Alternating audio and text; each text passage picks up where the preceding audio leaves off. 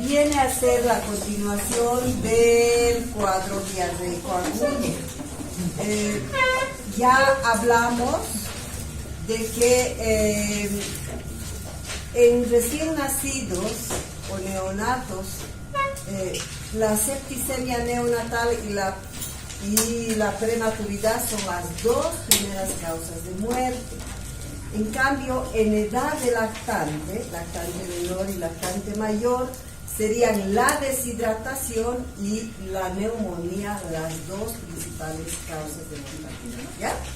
Entonces, esta definitivamente es una complicación que puede ser muchas veces muy severa y llevar a la muerte, la deshidratación, en niños pequeños particularmente.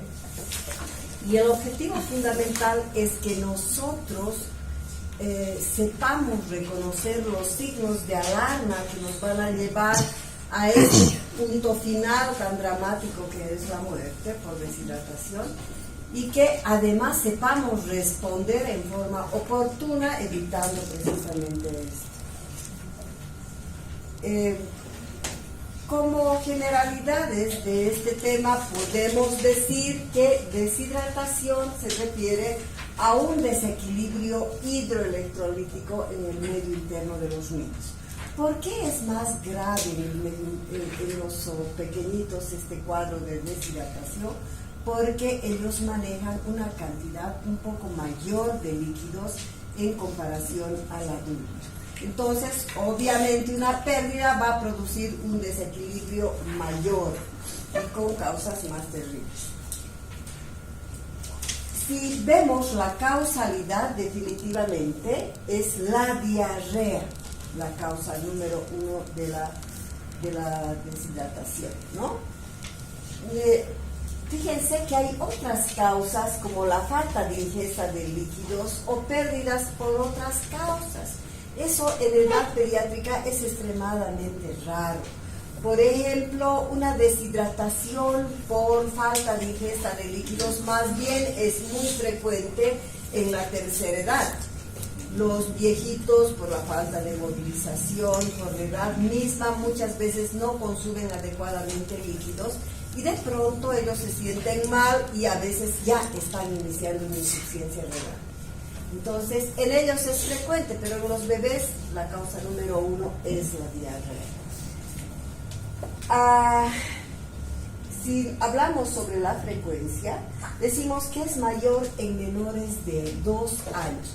Es mayor y es más grave, porque por la dependencia, porque estos bebecitos pequeños dependen de los padres, muy particularmente de la madre, para que se hidrate si es que haya alguna pérdida de líquido. En cambio, un niño grande puede desplazarse, buscar una fuente de agua y tomar. No importa si el agua es hervida o no, pero se hidrata, ¿no? Y la epidemiología está atada a la pobreza, con todo lo que ya conocemos. Viviendas insalubres, falta de servicios de agua potable, servicios de un adecuado, excretas. Todos estos servicios básicos son precarios en general en las zonas pobres. Nada más recuerden ustedes lo que pasa aquí en este cordón de pobreza que hay alrededor de la ciudad, en los cerros. No tienen agua potable y la gente pobre se está abasteciendo de cisternas donde almacenan enchubriles que puede estar muchos días, que obviamente al aire libre se contamina, ¿no? Luego entramos a una clasificación de niños que tienen un déficit de peso, pero debido a la pérdida de agua. Y otra clasificación que vamos a hacer en referencia a la clínica. Vamos a ver, esos son los grados, primero, segundo y tercer grado, y cuando vemos de 0 grados es que hay un déficit ligero que muchas veces es considerado normal. Puede ser que una persona no haya tomado la suficiente cantidad por diferentes circunstancias y puede tener una pérdida que oscila a menos del 2%, pero que no tiene una gran significación patológica. Pero estos de primero, de segundo y tercer grado sí son pérdidas. Obviamente la de primer grado es la más leve y tiene un porcentaje de pérdida del peso corporal debido a la pérdida de líquidos, ¿no es cierto? Baja. Como ha perdido líquidos, ha perdido este porcentaje de peso corporal que va del 3 al 5%. La de segundo grado tiene una pérdida de peso, un porcentaje que va del 6 al 9%, y finalmente la forma más severa, la de tercer grado, su porcentaje de pérdida de peso corporal es mayor al 10%, llegando incluso al 15%. ¿Ya? Si vemos desde el punto de vista clínico esta clasificación, muchachitos, se dice que está hidratado adecuadamente, no hay ningún problema, tiene una hidratación normal. La de primer grado se la denomina también en la clasificación desde el punto de vista clínico como deshidratación leve. Esta de segundo grado corresponde a una deshidratación moderada, y la de tercer grado una deshidratación severa o de tercer grado. Prácticamente ya no se utiliza esta puntuación en cruces, pero alguna vez pueden escuchar o ver que la más leve es una cruz, la moderada 2 y la severa 3 cruces. Otras clasificaciones de la deshidratación en niños, pero que son de manejo exclusivo de los médicos, ¿ya? Entonces, aquí vamos a tomar en cuenta para hacer esta clasificación, que es privativo de los médicos, es tomando en cuenta la osmolaridad y la natremia, ¿ya? Entonces, la osmolaridad es la cantidad de miliosmoles que tiene mi medio interno en función de los solutos, y está alrededor de los 300 miliosmoles por litro. Si ha tomado mucho líquido, esta osmolaridad puede variar un poco, disminuir hasta 280, o si no ha consumido líquidos, pero sí gran cantidad de sal, como ocurre, por ejemplo, cuando comemos parrilladas o alimentos muy salados. Entonces ahí la osmolaridad puede subir un poco, ¿no es cierto? Sin embargo, este valor de 300 miliosmoles por litro es uno de los valores más frecuentes, porque el sistema de regulación de la osmolaridad es muy preciso, no tanto como del pH, pero sí bien preciso, porque todo el tiempo los osmoreceptores están cateando nuestro medio interno, están probando en cuanto está la osmolaridad. Si se está bajando esta osmolaridad, se hace una serie de reajustes para regresar a lo normal, a este valor, o si ha aumentado, bajar a esto, ¿no? Y la natremia, fíjense, el sodio lo conocen muy bien ustedes, 135, 140, 145 miliequivalentes por litro, ¿verdad? Es normal. Entonces, si tomamos en cuenta estas situaciones, vamos a tener una deshidratación isotónica, una deshidratación hipotónica y una deshidratación hipertónica, ¿ya? ¿Iso qué quiere decir, chicos? Igual. Igual, muy bien. ¿Qué quiere decir? No sé si ven, porque ahorita estamos sin luz. Si yo tengo aquí 3 células del mismo tamaño, hagan de cuenta que son del mismo tamaño, ¿ya? Porque me parece que esta está más grande que esta, pero son del mismo tamaño. Entonces, todo esto que rodea a la célula, ¿qué se llama? es el medio interno, es el líquido extracelular, ¿verdad? Está por fuera de la célula. Cuando hablamos de líquido extracelular nos estamos refiriendo al medio interno. Es también el intersticio, ¿no es cierto? Entonces, en esta deshidratación isotónica, fíjense, si esta es la osmolaridad dentro de la célula, entonces en el medio interno o extracelular también es la misma, ¿ya? Por eso es isotónica, ¿ya? Entonces, ¿cuál será la dirección del líquido que va en este tipo de células? No entra y no sale. Sí, en ambas, ¿verdad? Entra aquí y sale ahí. Entonces, siempre está equilibrado, ¿verdad?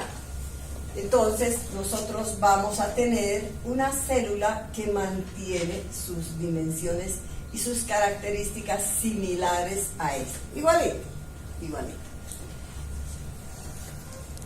Cuando hablamos de una deshidratación hipotónica, nos estamos refiriendo al medio interno o extracelular, porque este lo podemos medir, ¿verdad?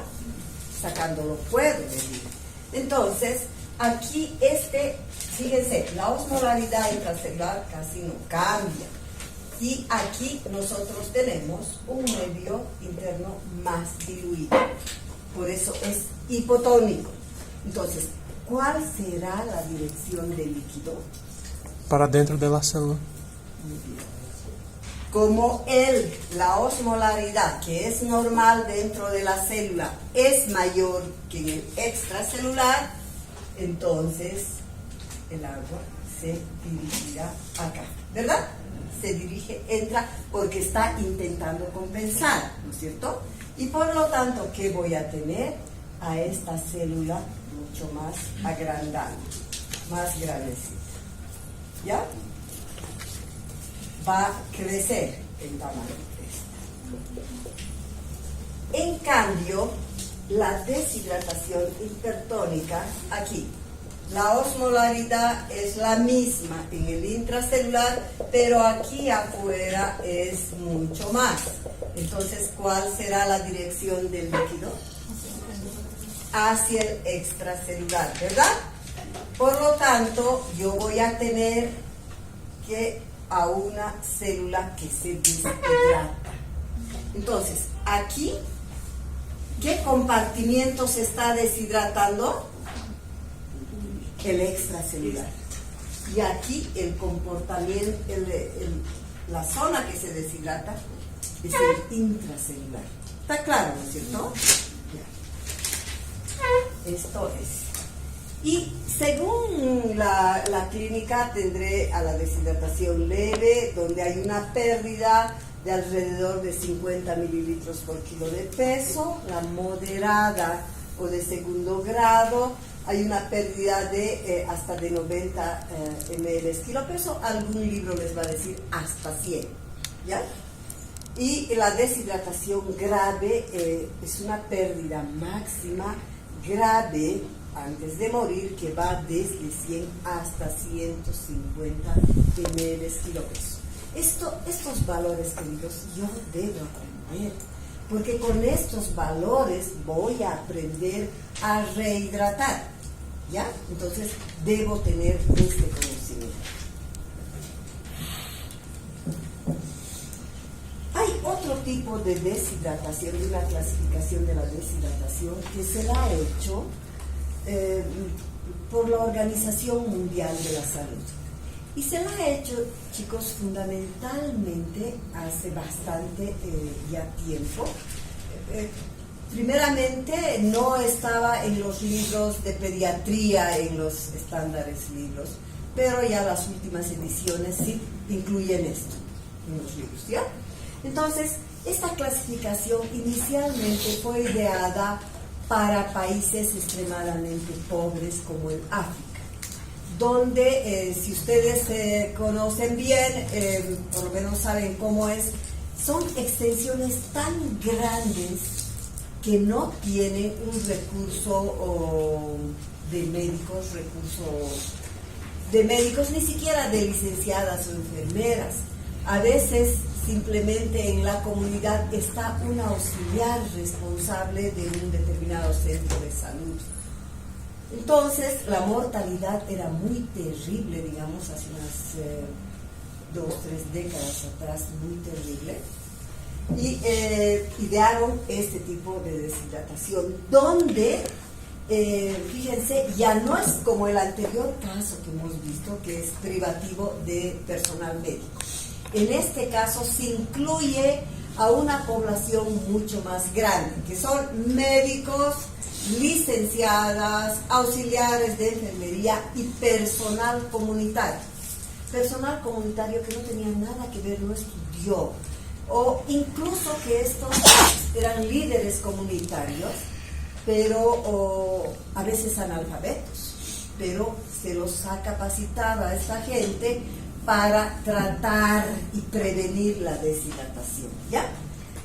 Por lo tanto, como incluye a este grupo fundamentalmente de personal comunitario, obviamente no utiliza para clasificar a esta deshidratación, no utiliza ningún instrumento médico para tratar esta deshidratación, ¿no? O sea, para clasificar.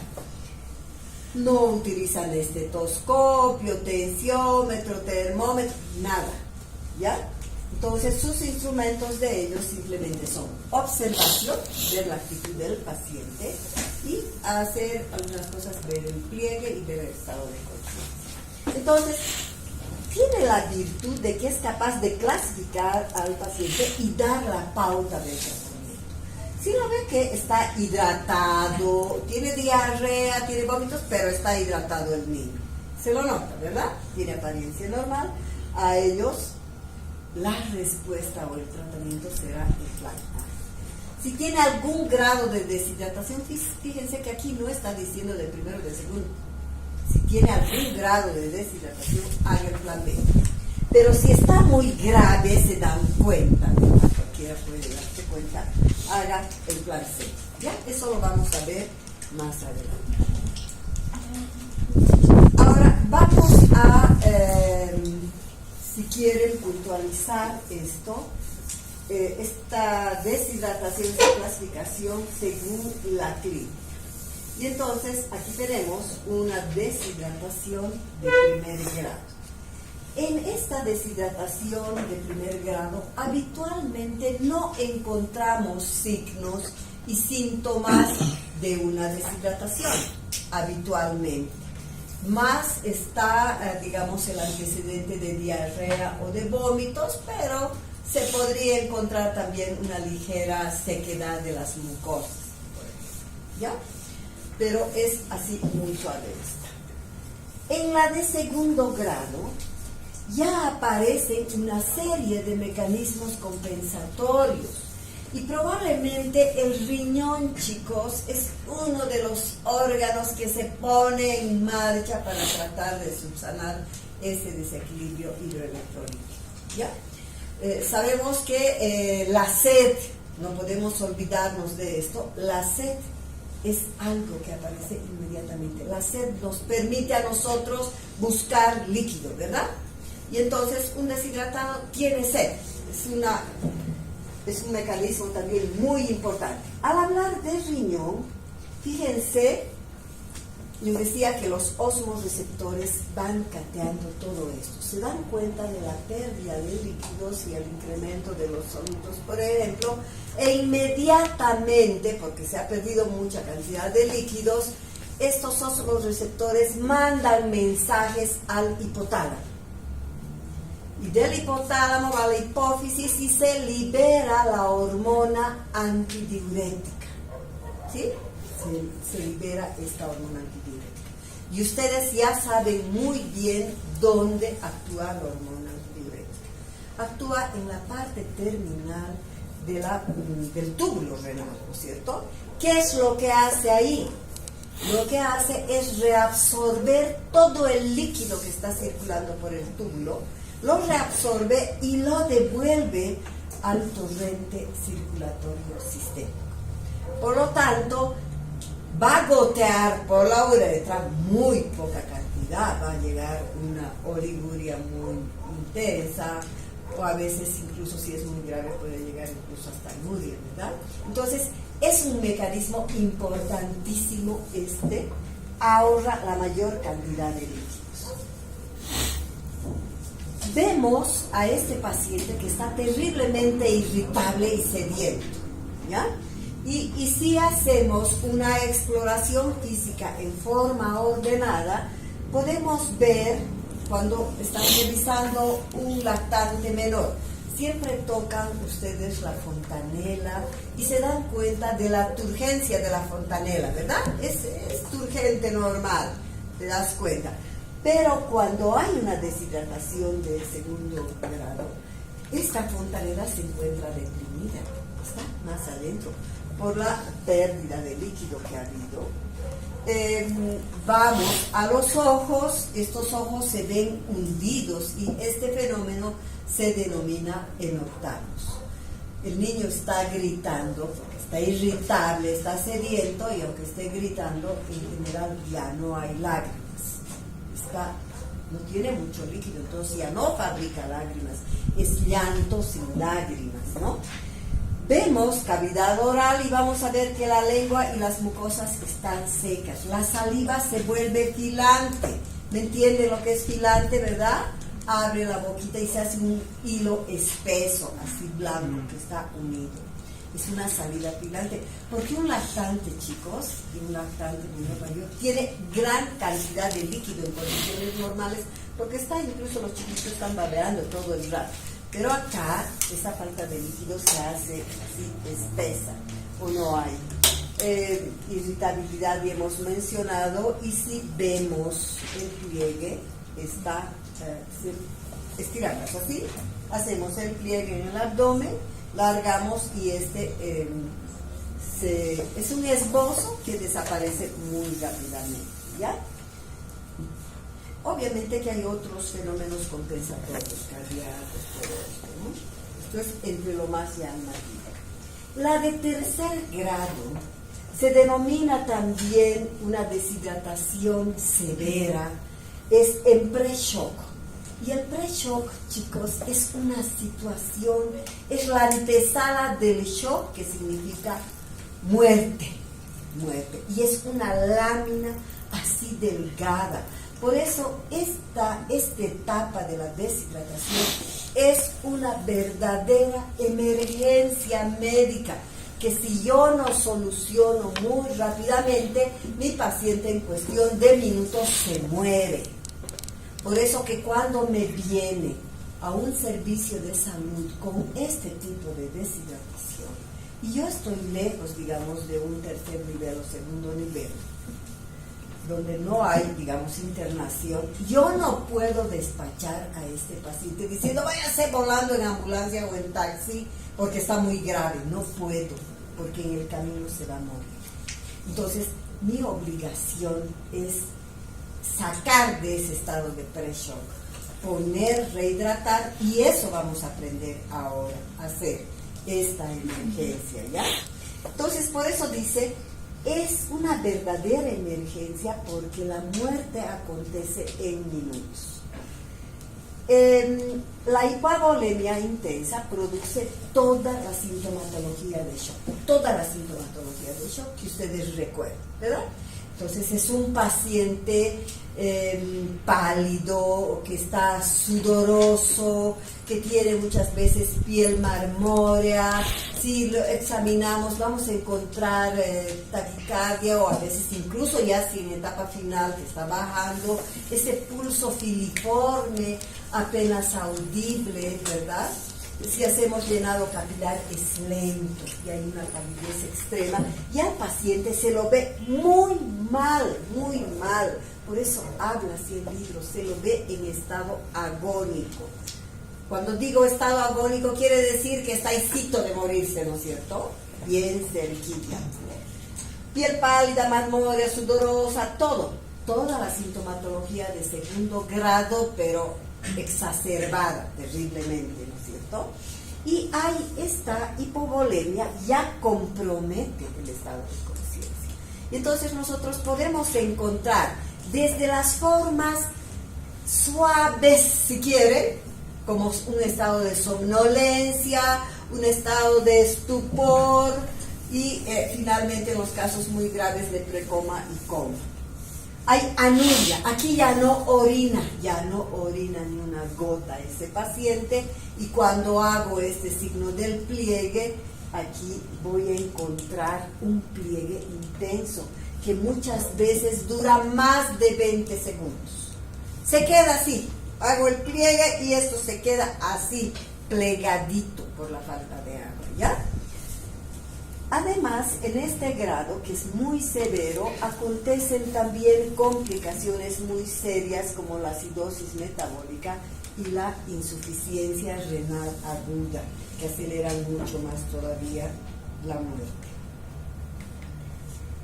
Entonces, aquí vemos estas complicaciones, chicos, de esta deshidratación severa o de tercer grado, ¿ya?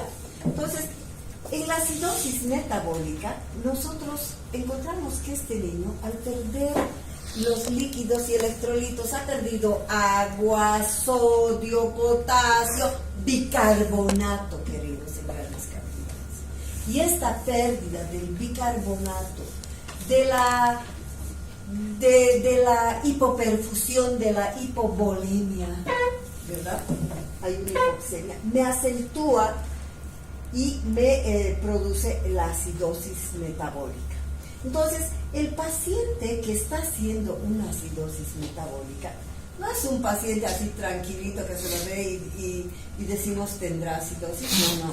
Es un paciente gravísimo, deshidratado severo. Ya dijimos que es agónico, pero más la acidosis se lo ve peor todavía.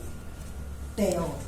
Se lo ve muy comprometido, y una característica muy importante que no deben olvidarse, queridos, es que este paciente es polipneico, está respirando más del doble, está respirando así, seguido con polipnea, como si tuviera una neumonía, pero no tiene, y además está acompañado de retracciones con ayuda de todos los músculos. Hay retracción intercostal, subcostal, supraclavicular, todas las retracciones encontramos. Entonces son polipneicas con respiraciones profundas, ¿ya? Esa es la característica de una acidosis metabólica. Si no se corrige este problema muy rápidamente, acontece la muerte también muy rápidamente, en cuestión de minutos, ¿ya? Y el tratamiento específico es el bicarbonato de sodio, es el tampón.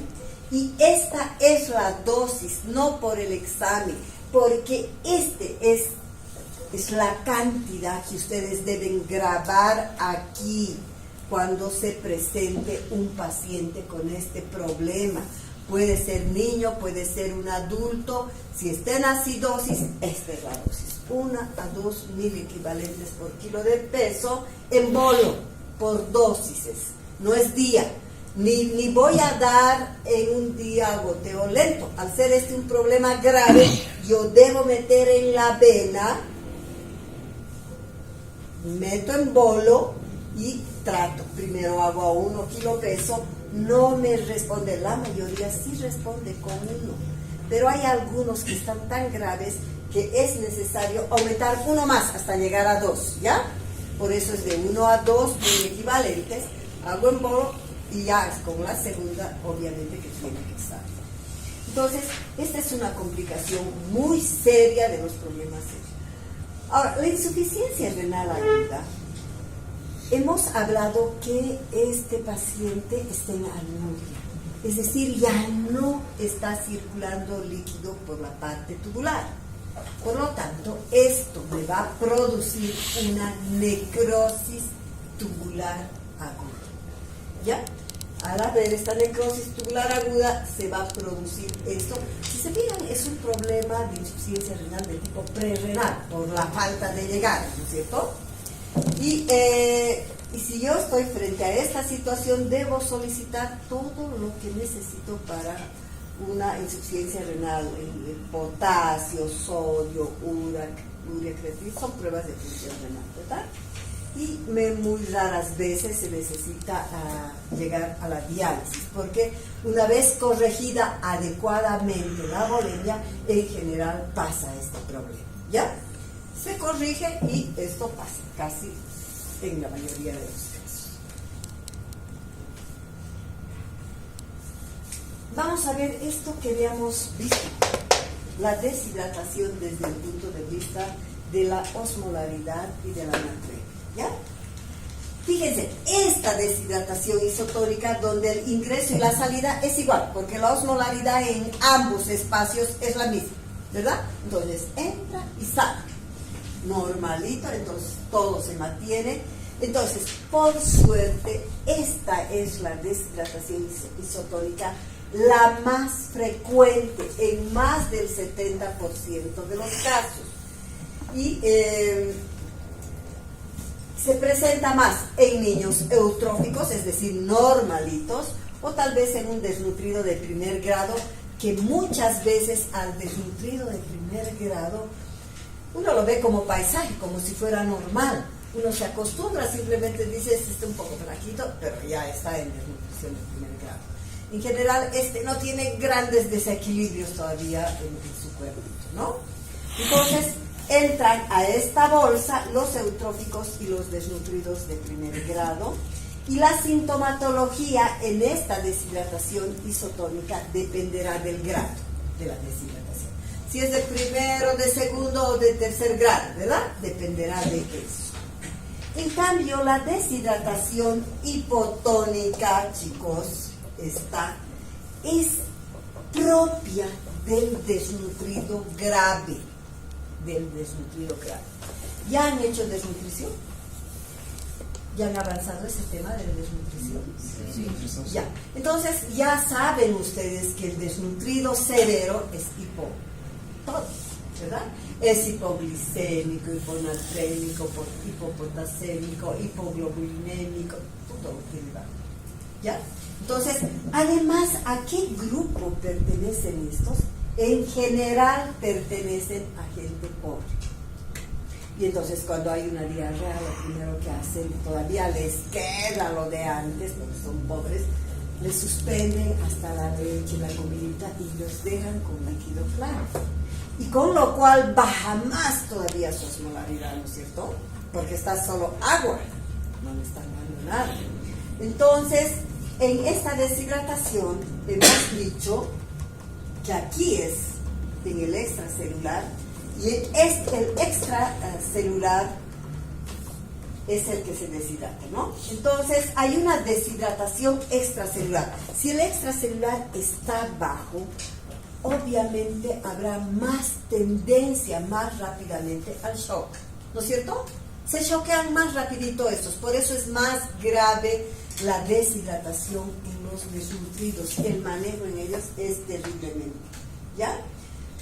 Hay deshidratación extracelular con tendencia al shock en forma temprana, y esto ya hemos hablado. Y la deshidratación hipertónica está donde, fíjense cómo la célula se deshidrata. Entonces, en este tipo de deshidratación, la deshidratación será de tipo intracelular, ¿no es cierto? Es claro, es la célula la que se deshidrata. Ahora, ¿en quiénes ocurre? Fíjense, está la hipotónica, que es propia del desnutrido. El porcentaje está alrededor del 25%, un poquito más, un poquito menos. En cambio, la hipertónica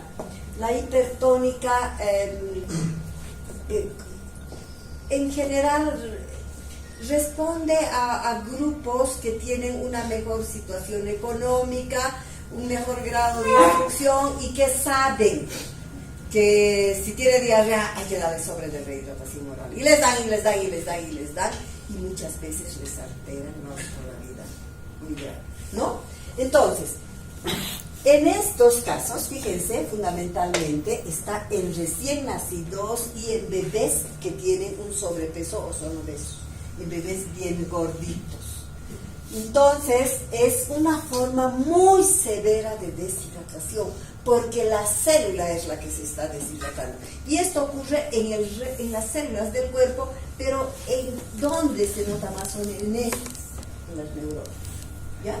Entonces, hay por esto, al deshidratarse, estas células neuronales se estiran, puede ir acompañada de hemorragias, etcétera, y además una gran irritabilidad y un componente neurológico terriblemente acentuado. Entonces nosotros vamos a encontrar incremento de los reflejos osteotendinosos, irritabilidad, a veces convulsiones, y muchas veces estos niños se manejan en la terapia intensiva. Y es con control así permanente del sodio, del cloro, etcétera, de los electrolitos. Su tratamiento no es fácil, no se revierte con gran facilidad y ni siquiera el médico general maneja adecuadamente. Vamos a ver, por suerte, queridos, por suerte, es la frecuencia menor, menos del 5%. ¿Ya? Esta que ya hemos visto, este tipo de deshidrataciones vistas desde el punto de vista de la Organización Mundial de la Salud, se dice que si tiene un paciente una diarrea sin deshidratación, está bien, haga el plan A. Y aquí en general solo hay antecedentes, en cambio cuando hay algún grado de deshidratación, hemos dicho que la ayuda que tienen estas personas para ver es simplemente la observación. Entonces, ¿qué se fijan aquí? La actitud del paciente. La actitud del paciente. Ese paciente está terriblemente irritable y sediento. Y entonces, ¿qué hace el personal? Agarra un vasito con suero de rehidratación o con agua y le ofrece. Y este niño se abalanza porque sabe que es agua y que está muriendo de sed y no quiere largar, y entonces por eso dice, toman desesperadamente, y esa es la actitud, eso se observa en este grado, con algún grado de deshidratación. Y si hacemos el signo del pliegue, vamos a ver que este desaparece muy rápidamente, pero fíjense, este niño está consciente, por eso se abalanza y toma con desesperación, ¿verdad? El sensorio está bien conservado. Ese es el plan B, entonces yo lo voy a rehidratar. En cambio, en la diarrea con deshidratación grave, que se debe hacer el plan C, lo mismo, se observa la actitud del niño. Aquí se lo ve un niño que está ponchado muy mal, le ofrecen el mismo vasito de agua, pero ese ya no responde, porque ya hay compromiso del sensorio. Está estuporoso, está somnoliento, etcétera, ¿no? Y el signo del pliegue dura más de 20 segundos. Es muy grave. Y aquí, obviamente, en esta vamos a hacer rehidratación parenteral con un suero que es buenísimo. Es un suero isoosmolar, quiere decir que tiene una osmolaridad semejante a la osmolaridad del plasma, ¿ya? Entonces, más o menos, sumando el sodio y el cloro, me van a dar alrededor de los 300 miliosmoles, pero además que tiene su lactato, que es el tampón para la acidosis metabólica, y tiene potasio. Ese es el suero hiperlactato. Entonces, si mi paciente está hidratado, hemos dicho que hacemos el plan A. ¿En qué consiste el plan A? Siga comiendo, siga bebiendo los líquidos que bebe, o si está con lactancia materna, que siga con el pecho, o si está con la lactancia artificial, que siga con esta leche. Y que hay que darle su comidita, y además de darles sueros de rehidratación oral para prevenir, hay que darle líquidos caseros que sean garantizados, no lo que ha habido en los últimos días acá. No sé si alguno de ustedes escucha comunicados, han habido como 15 niños internados en el pediátrico porque había una epidemia de diarrea, ¿verdad? Ha habido una epidemia hace unas semanas atrás, y entonces los famosos médicos naturistas, que no son médicos. Estos han hecho una serie de plantas, han mezclado no sé qué plantas, he escuchado muña, anís, unas flores, no sé qué, porque han puesto intoxicación floral. Como 15 niños internados, varios de ellos han entrado a la terapia intensiva convulsional. Entonces, tenemos hasta que saber qué líquido casero podemos ofrecer. Tiene que ser algo seguro, una manzanilla o un agua de arroz, digamos, no es dañino, ¿no es cierto? Son los tradicionales de siempre. Entonces, además, hay que enseñarles los signos de alarma para que ellos estén preparados, y si ven que sus ojitos se están hundiendo, que ya no le da la cola, que debe ir corriendo cuando esté todavía en ese grado, digamos, ¿no? Sin llegar a empeorar. La diarrea con algún grado de deshidratación hemos dicho que es el plan B, y es la rehidratación oral. ¿Y dónde hay? Cuando ingresó, chicos, esto del uso de la rehidratación oral, ingresó en general con el método calculado. Y este uso del sobre de rehidratación oral hizo cambiar la historia de estos pacientes, porque antes, creo que no les he comentado, antes los pacientes, les estoy hablando de varias décadas, 3, 4 décadas atrás, se rehidrataban en 7, 8 días por la vía endovenosa. Y se suspendía, aunque no crean ustedes, se suspendía desde la lactancia materna, la leche artificial, era una barbaridad, y se hacían diluciones de leche. ¿Qué está pasando?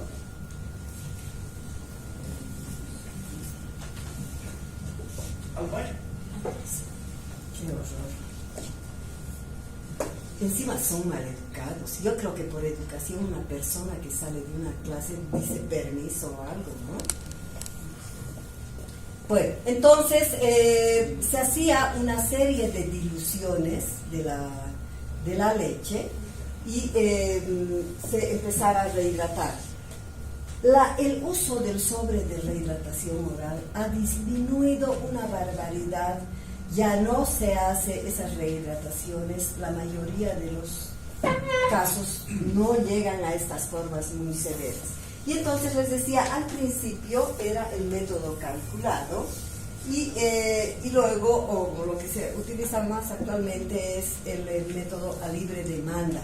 El niño sabe cuánta cantidad de líquido necesita, y cuando la persona ya se rehidrata, ya rechaza el suero de rehidratación oral. Y el tiempo de cálculo es de 3 a 6 horas.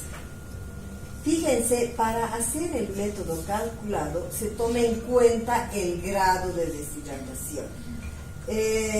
Si está de un 5%, yo tengo que hacer, el de 5% ha perdido 50 ml por kilo de peso, ¿no es cierto?, de líquido, y yo debo calcular con el doble, porque no todo llega al torrente sanguíneo, ¿ya? 100 ml por kilo de peso, si está un 10%, tengo que hacer con el doble, 200 ml por kilo de peso, en un tiempo de 3 a 6 horas. Sin embargo, si el paciente, pese a que lo estoy hidratando, empieza a vomitar, se debe fraccionar esta administración. ¿Cuáles son las contraindicaciones en general de esta rehidratación oral? La vía oral, ¿cierto? Son vómitos incoercibles, le dan suero y vomita, le dan algún líquido y vomita, entonces muchas veces aumentan más todavía. Paciente inconsciente o comatoso, convulsiones y el hilio paralítico. Estas son las contraindicaciones de la rehidratación oral. Ahora, chicos, esta es la forma de rehidratación actual que se utiliza y que ustedes deben aprender, nuevamente les digo, como para el bicarbonato, no por el examen, porque les permite salvar vidas de pacientes. Entonces, cuando la deshidratación es severa o muy grave, haré el plan C.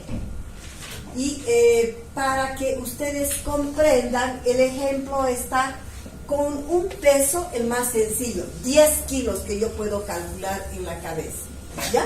Y entonces, para rehidratar, yo tengo que utilizar una carga rápida que dura 3 horas y el suero que voy a utilizar es el suero Ringer lactato, ¿ya? Es el suero Ringer lactato. Fíjense, esa es la primera hora, segunda y tercera hora. Son en realidad las 3 cargas rápidas. La primera hora, ese niño se está muriendo, está grave. Yo necesito sacarlo lo más rápido posible de ese pre-shock. Por lo tanto, la cantidad es la más alta la primera hora. Es 50 ml por kilo de peso en una hora, la primera hora, ¿ya? Y la segunda y tercera hora pongo simplemente a una mitad, 25 ml por kilo de peso hora. Y la tercera hora es lo mismo. Entonces, fíjense, no es difícil, es 50, 25, 25. Entonces, si yo reemplazo valores, muchachos, mi paciente tiene 10 kilos. Para la primera hora yo debo multiplicar 50 por 10 y sale 500, ¿verdad?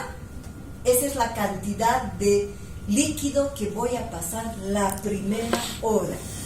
La segunda hora, 10 por 25 es 250 y la tercera hora, 10 por 25 son 250 ml. Siempre el suero Ringer lactato. Yo ya he calculado la cantidad que voy a pasar, pero no puedo dejar así con el cálculo. Tengo que poner una indicación clara, porque quien va a colocar el suero no es el médico. Va a canalizar la enfermera y ella va a poner el goteo. Nosotros vamos a decir a tantas gotas, pero ella va a calcular el goteo. Pero tengo que decir con exactitud la cantidad de gotas que necesito. ¿Ya? Y entonces, esta fórmula, queridos, es una fórmula universal. En todas partes del mundo se utiliza, es la fórmula del goteo. ¿Ya? Y les puedo decir, entonces, el goteo, ni siquiera para una hora, para cualquier tiempo, esta es la fórmula. Cantidad total de líquidos que quiero pasar. Ya, ese es el numerador. Sobre el número de horas en las que quiero pasar, por una constante 3. Y cuando digo constante, queridos, es constante. No puedo cambiar esa por 2, por 5, por nada que se me ocurra. Es constante, siempre debe ser 3. ¿Ya? Entonces, para la primera hora estamos calculando, reemplazo valores. Entonces, fíjense, son la primera hora, 500 ml es la cantidad total que quiero pasar. ¿En cuánto tiempo quiero pasar? En una hora. Por mi constante 3, es 3, ¿no es cierto? 1 por 3. Entonces, 500 dividido entre 3 me sale 166 gotas por minuto. Entonces yo pondré en las órdenes médicas, suero Ringer lactato 1000 cc, pasar en una hora 500 ml a 166 gotas por minuto. Así debo poner. ¿Ya? Ahora, la segunda hora, ¿cuánto es aquí? El numerador. 250 ml. ¿Dividido entre cuánto? Entre 3. Entonces, 250 entre 3 me va a salir 83 gotas por minuto. ¿Ya? Está claro, ¿verdad? Es así de sencillo esto, así de sencillo. no tiene que olvidarse porque esto les ayuda mucho. Entonces, con este esquema, queridos, los pacientes salen muy rápidamente del threshold. Sale un gran porcentaje con la primera carga, con la de 50. Alguno amerita una segunda carga. Y estos que necesitan tercera carga, es que tienen tercera carga, generalmente tienen algún problema. Pero a veces está indicado que se puede hacer las 3 cargas. Otras consideraciones sobre el manejo de la deshidratación grave. Si yo estuviera, por ejemplo, en el campo o en una provincia alejada, no cuento con Ringer lactato, pero cuento con otra solución isoosmolar. ¿Cuál es? Conocen ustedes. Otra que es isoosmolar. Solución fisiológica, muy bien. El suero fisiológico es isoosmolar porque tiene igual composición, pero no tiene lactato y no tiene potasio. Entonces, en este caso, yo si tengo ese tipo y está mi paciente con acidosis, debo utilizar el bicarbonato de sodio a las dosis que ya conoce, 1 a 2 miliequivalentes kilómetros. Y fíjense, si tengo el Ringer lactato, no necesito adicionar bicarbonato, porque ya está el lactato, ¿sí? En vez del bicarbonato está el lactato. Y una vez que mi paciente mejora, ha salido de este riesgo de muerte, yo paso al plan B. Y el plan B es la rehidratación oral, ¿verdad? Y con plan B en general se van de alta porque se lo rehidrata todavía ahí. Y el plan A es en la casa, ¿no es cierto? Es en la casa. Algo muy importante, chicos, es que este esquema no puedo utilizar en recién nacidos ni en desnutridos graves. En recién nacidos, acuérdense que les he dicho que incluso el primer o segundo día no se utiliza sodio, potasio, nada, porque ese riñón no se deshace tan fácilmente de estos electrodos. Entonces, yo tengo que hacer, y en el desnutrido grave también es muy diferente. Este esquema dice no se aplica en recién nacidos y desnutridos graves. En este caso, la rehidratación debe ser mucho más lenta. Debe durar más o menos un día, 24 horas. Y voy a utilizar el valor máximo, queridos. ¿Se acuerdan? En la de tercer grado hay una pérdida de 100 a 150 ml por kilo de peso. Y yo agarro por seguridad la pérdida mayor, 150 ml, ¿ya? Por kilo de peso. Y calculo con eso. Hagan de cuenta que este niñito tiene 10 kilos. ¿Cuánto necesitaré entonces? 1.500. 1.500. Si tiene 10 kilos, yo necesito a 150 ml por kilo de peso, total sería 1.500 ml. Y se hace una carga semirápida.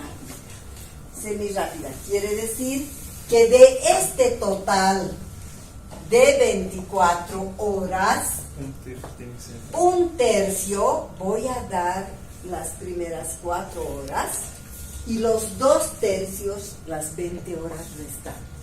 ¿Cuánto es un tercio de 1.500? ¿Cuánto? 500, muy bien. Entonces aquí yo puedo decir cantidad total que quiero pasar es 500 ml, ¿no es cierto? ¿En cuánto tiempo voy a pasar? En 4 horas por la constante 3, ¿verdad? Esa no varía. Entonces, 500 dividido entre 12, ¿cuánto es? 41. ¿Cuánto? 41. 41. ¿Cuánto? 41,6. 42. Entonces, o le doy 40 o le doy 41 o 42, ¿ya? Cualquiera de esos. Entonces, digamos 41 gotas. porque no puedo partir la gota, ¿no es cierto? Gotas por minuto.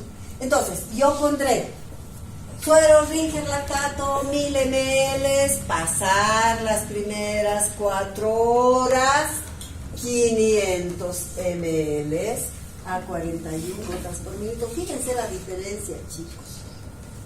Era la otra a 166, ¿verdad? Aquí a 41 gotas por minuto. Y el resto, digamos, ya ha pasado. Vuelvo a calcular. ¿Cuánto me queda? Los 2/3, ¿cuánto es? 1000. 1000. ¿Verdad? Divido entre cuánto? 80.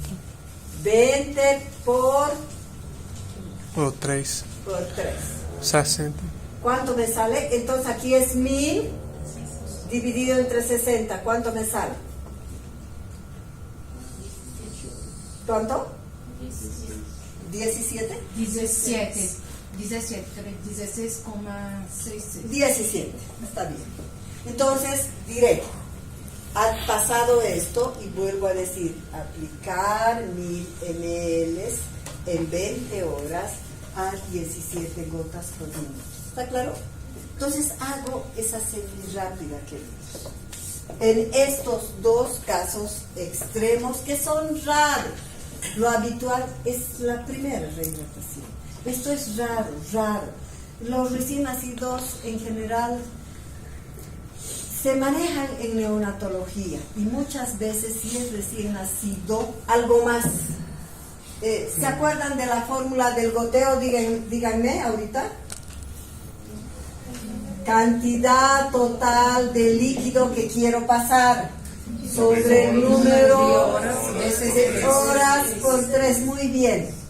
La constante para todos es 3.